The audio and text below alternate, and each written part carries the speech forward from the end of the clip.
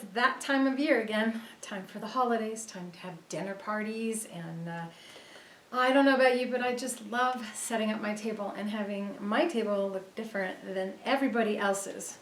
So I've created a placemat that works really good for a small table. I don't know if you've ever had guests over and you set up with the traditional size placemats and then you couldn't fit the placemats around the table without them overlapping with one another. You'll probably really like the fact that I've done a square placemat instead of the traditional rectangle. And this is done using a print fabric. So if you find any type of print fabric for the holidays or any time of year, then what you're going to need is a solid print to go in the area where the plate is going to go. I'm going to actually show you how to free motion quilt the fabric, and we're going to do some blanket stitch applique and finish the edge with a non-traditional binding that makes these super fast to sew out so that you can be sure to get these done before Christmas. I chose a 14-inch square for the main body of the fabric and a 11-inch square for the center where the plate will go. Our back or main body of our fabric, we want it to have fusible batting on one side. So you could try to cut a square and then cut another square of that and try to line it up and iron it, but that's a lot harder than it is to just take a large piece of the batting, fuse to a large piece of the fabric, and then use a template to cut out each shape, tracing with a pen, using your rotary cutter, however you would like to do that. And do the same thing for your inner square, except for the inner square, instead of having batting, has a fusible webbing that you fuse to one side, peel off, and then iron on. And the flowers are simply cut out using scissors of your fabric, making sure that you have fused your fusible interfacing all the way covering the flowers that you want to actually cut out. And then you just take your scissors and cut around. Now if you think you're going to struggle to negotiate around such a tiny shape as right there, then go ahead and cut off that little point. And that's what I have done on my flower. And I'm going to now fuse my black square and use a ruler to make sure that you're equally positioned on all sides of the square. You take this fusible interfacing and remove it from the fabric.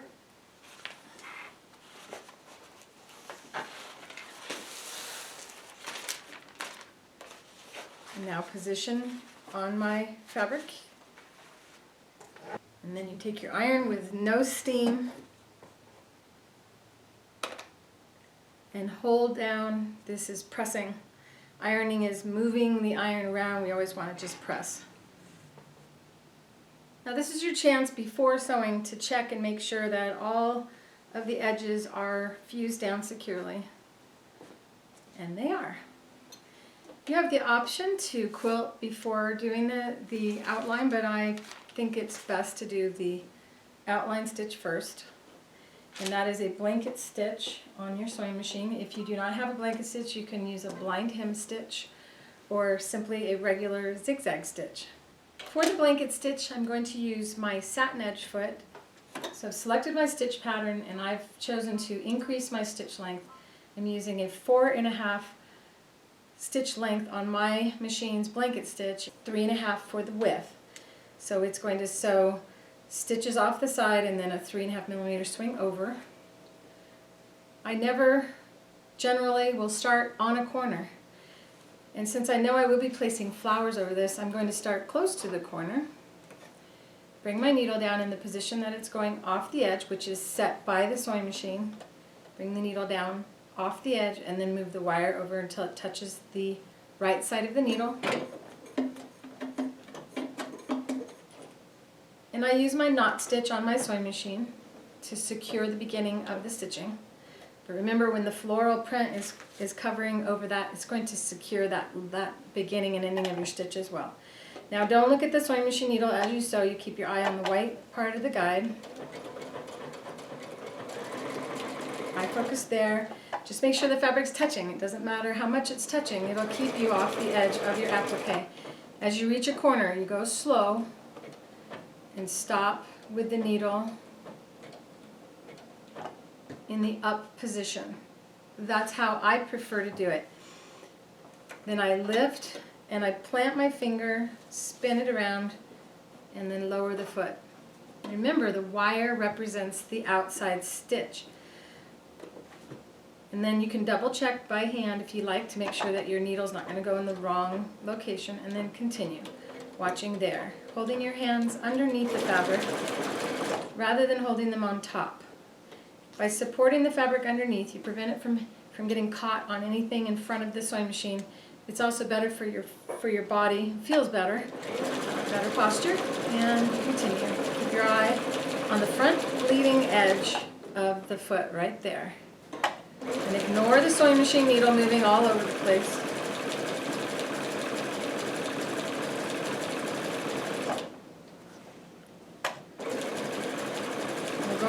We're approaching another corner, so I'll go over how to do the corner again. As I approach the corner, I start to slow down. No need to rush your way to the end.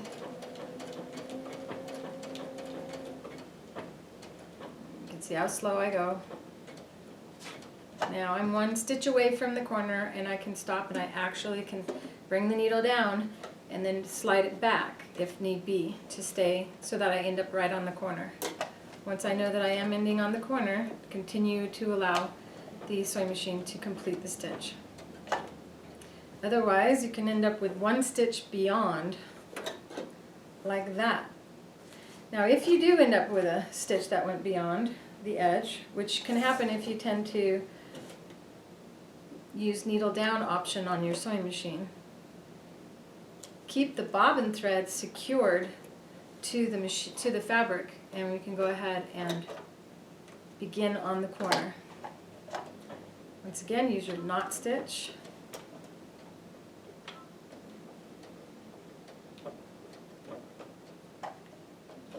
And continue.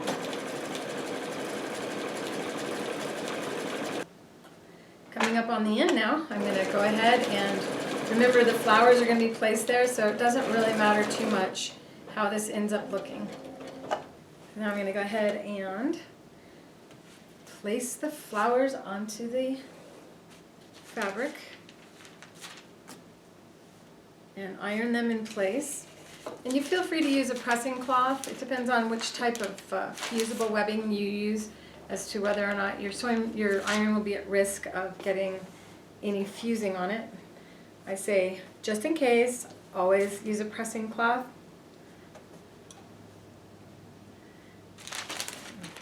There you go. And press. Now, you can use a presser foot and do a straight stitch all the way around this flower if you want to. With the satin edge foot, it is a lot easier to do that than it is with other traditional feet. So kind of show you really quick. You would have to select your straight stitch and make sure that the wire is close to the needle but not too close. And then you'd have to guide around and follow every curve in the petals. And you have to use the needle down, lowering it on all the points in order to do it, but you can achieve it with the satin edge foot. It's much faster to use the Octi-Hoops because we don't have to keep turning the fabric around as we go around these different shapes. I'm going to go ahead and remove the presser foot. I'm going to be quilting very close to the raw edge of that fabric. And this is how the Octi-Hoops will be positioned. It's underneath. And then the other one goes on top. Now in order to get to the very edge of this here, you can see very little of the fabric is actually held into the hoops.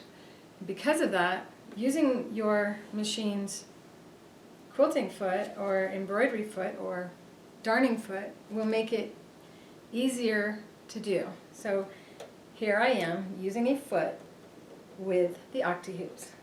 There we go. Everything is secured, and I'm using a 9014 universal needle. It's nice to start in the middle. I'm going to use a straight stitch center needle position. Lower the foot, and you can go ahead and bring your bobbin thread up. If you can't get your bobbin thread to come up, it's probably because you don't have the foot lowered. So make sure your presser foot is down even if you're not using one. And you sew a few stitches and move around. I'm going to follow a little circular pattern here.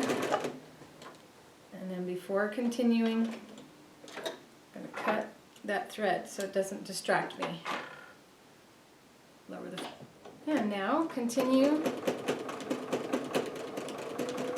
Just remember that it's a very light touch. You should be able to just slide the hoops around on the machine without it jerking. If it's jerking, that means you're pushing down with your hands. So one hand holds on to the handles and the other hand grabs and brings the two frames together and keeps them together without pushing down by just pulling the fingers together. And when I'm going around these circles, I'm going around and then going back around, kind of like a figure eight. You can take the time to try to follow the pattern, but it's going to not be obvious if you don't have it accurate. Now we're going to go ahead and remember, this is an applique, so it's fused down. If you can't see where you're going because the foot's in the way, you can change the position of the hoops so that you are comfortable as you proceed along the edge. You're not locked in any one particular location. And on each one of these there is a stem going through the petals, so I'm going to go ahead and follow that. That means I'm going to go back over where I already was, and that's okay because this is a loose style. Much easier than doing a satin stitch in this case, or even a blanket stitch. And since everything is fused down, it's not going to come apart as long as you go on the petal and don't miss it. So if you were to miss and go on the black and then not do the petal, then the petal could eventually lift up. So make sure that you do get it all the way around it. And notice the speed of my machine. I'm not going fast. I would suggest lowering the speed of your machine whenever doing something for the first time for sure. And I pretty much always use a slower speed when doing free motion quilting. With the presser foot in the way, I'm going a little slower than I normally would. You could use metallic thread if you like to add a little bit of interest. There's really no particular way that you have to go on a pattern because this is quilting, it's not stippling. This is more of an artistic method of doing free motion quilting.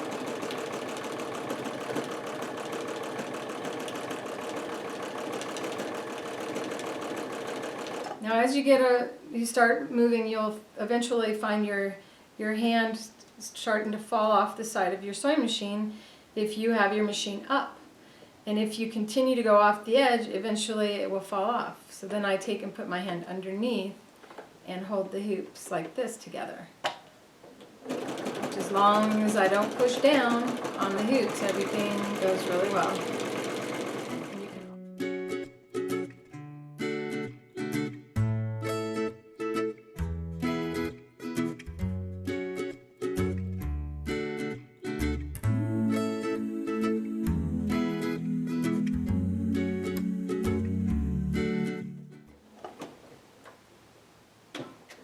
And now for the black part, I'm going to change my needle thread and my bobbin thread to black.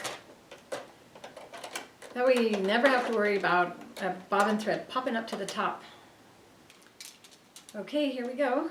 Now you could, if you like, you could draw lines on here and follow a particular pattern, but I found it better to just kind of start with following or echoing around this and then gradually making it wider and less pronounced and meeting on the other side, as I'll show you now.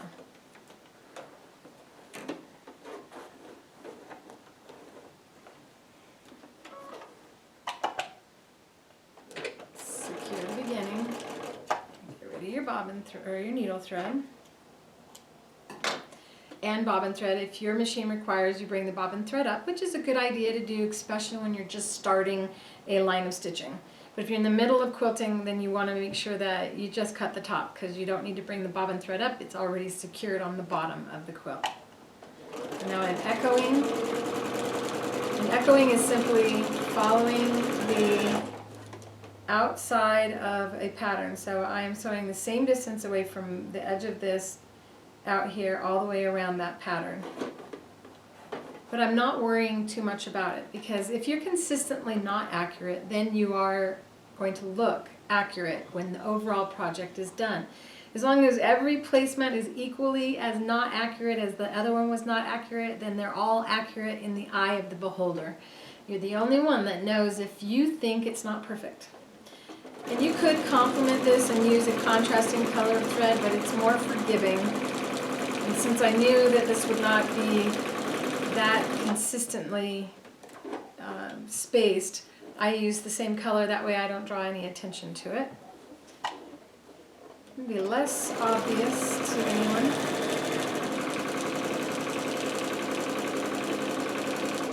You might find it difficult to go backwards and find it easier to move in a sideways motion because the foot is in the way when you push backwards. So now I'm going to go sideways for the duration. But going sideways is a more vulnerable direction for your sewing machine needle. So I would use a slower movement in your hands when going side to side.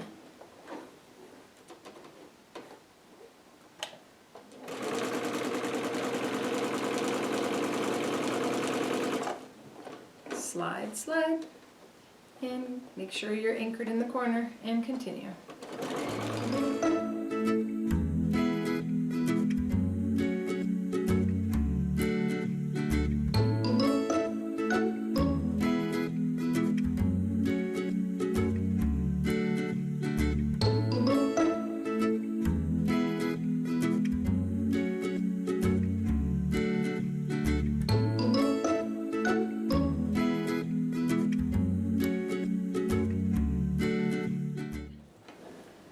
So here I just have a little bit of a triangle to do.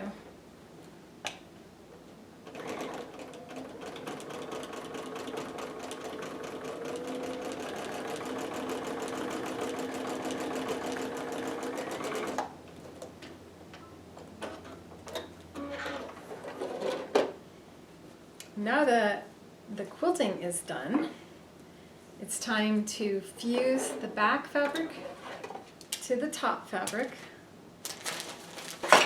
And the back fabric is the same size as the top with the fusible on one side. We'll take and line up our corners together. There we go. I want to make sure that you're accurate, or you could have cut the bottom piece a little bit wider all the way around and then sure it up with a rotary cutter after fusing. Once you've shored your edges up, take one more look to make sure that you don't need to iron a little bit more.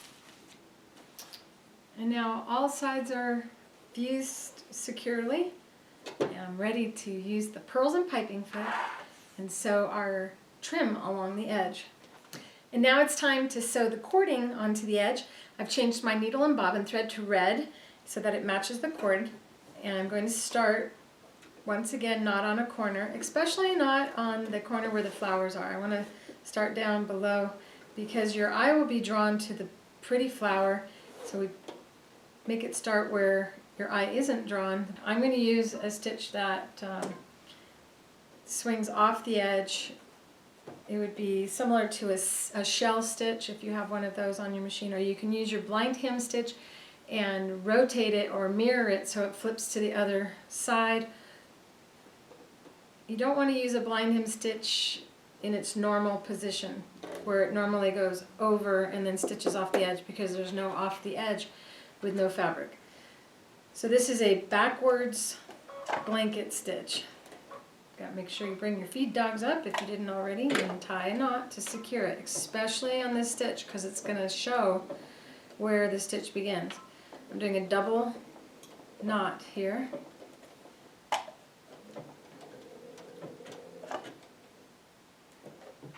So you can see how the stitch is sewing on the fabric, on the fabric, on the fabric, on the fabric, off the fabric.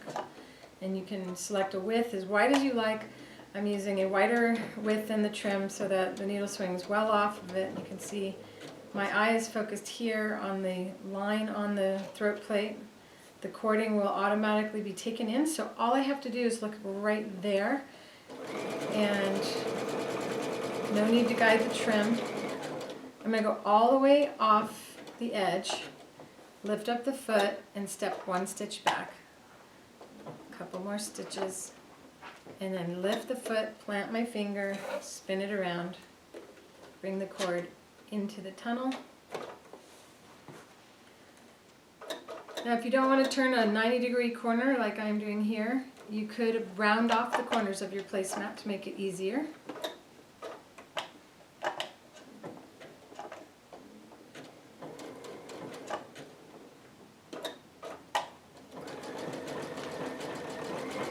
Remember, don't watch that needle, watch the front of your machine. Find a spot that helps you guide straight. Ignore the needle, ignore the cord, watching the fabric, keeping it in the same spot. Trust the foot to do its job.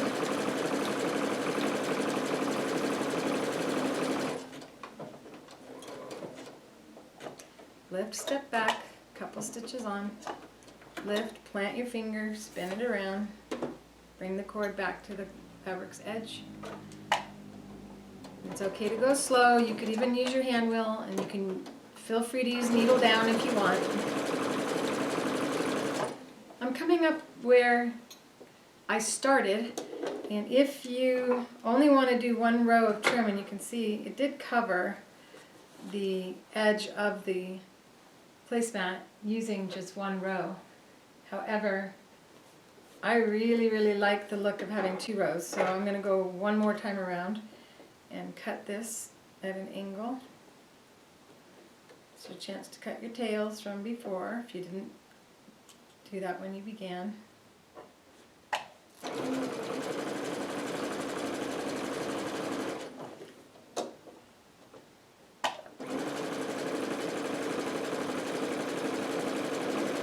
So this time the stitch is actually striking the cord that was already sewn down.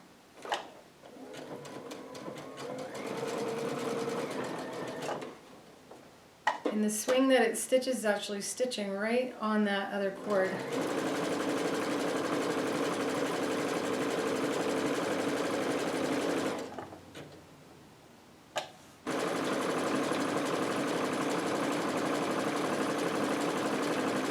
Almost done.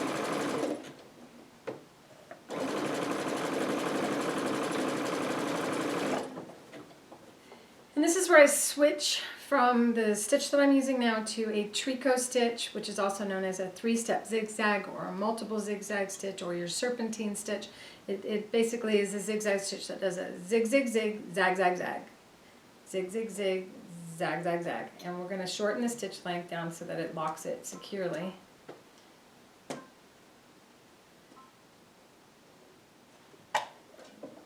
I'm also going to step back just a little bit as before. What this is basically doing is joining these two fabrics or two trims together, making them secure.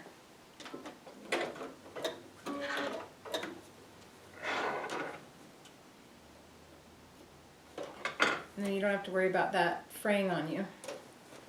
And since their eye will be on the flowers, they won't be looking at your start point. And isn't that a beautiful, nice finish on both the top and the bottom? I hope you enjoyed learning how to make this non-traditional size placemat for your holiday table. I look forward to hearing from you. If you liked what you saw, be sure to click the like button, and if you haven't subscribed to my channel yet, be sure to do so now. Merry Christmas, Happy Hanukkah, Mele Kalikimaka, whatever you celebrate during the holidays, happy holidays from my family to yours.